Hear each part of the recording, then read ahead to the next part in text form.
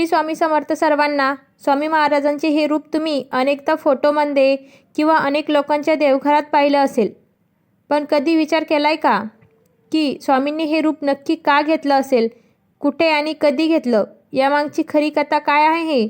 तर असं झालं, एकदा स्वामी समर्थ श्रीपाद भट्ट आणि 100 सेवेकऱ्यांसह कोनाळी गावाच्या रानातून चालले होते.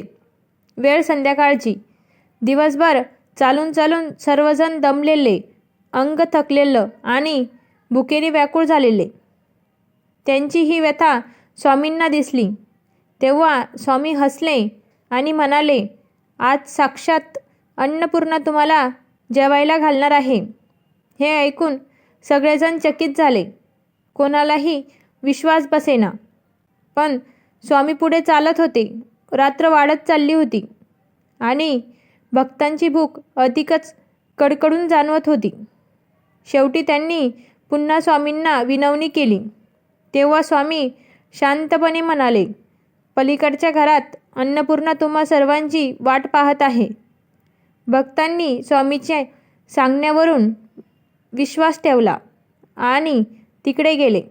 दार उघडताच त्यांना एक सुंदर सोज्वळ सुवासिनी दिसली. तिच्या डोळ्यात अपार ममता होती आणि हातात गरमागरम जेवण. आधीच तिने सर्वांच्या जेवणाची सोय करून ठेवली होती. भक्तांनी तृप्त होईपर्यंत जेवण केलं. मन तर तृप्त झालं, पण त्याहून अधिक मनही समाधानाने भरून आलं. नंतर भक्तांनी स्वामींना विचारलं, महाराज, ती सुहासिनी कोण होती?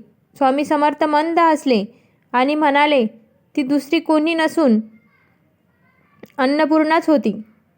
तुम्हाला जेवायला घालण्यासाठी ती माझ्याच रूपात प्रकट झाली होती.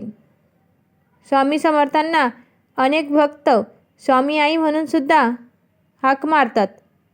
तुम्ही जेव्हा आई म्हणून हाक देतात तेव्हा स्वामी खऱ्या अर्थाने आई वडिलांसारखे धावून जातात. म्हणूनच त्यांना सर्वव्यापी, सर्वगुण संपन्न आणि अन्नपूर्णेच्या मूर्तिमंत रूपात मानलं जातं. श्री स्वामी समर्थ.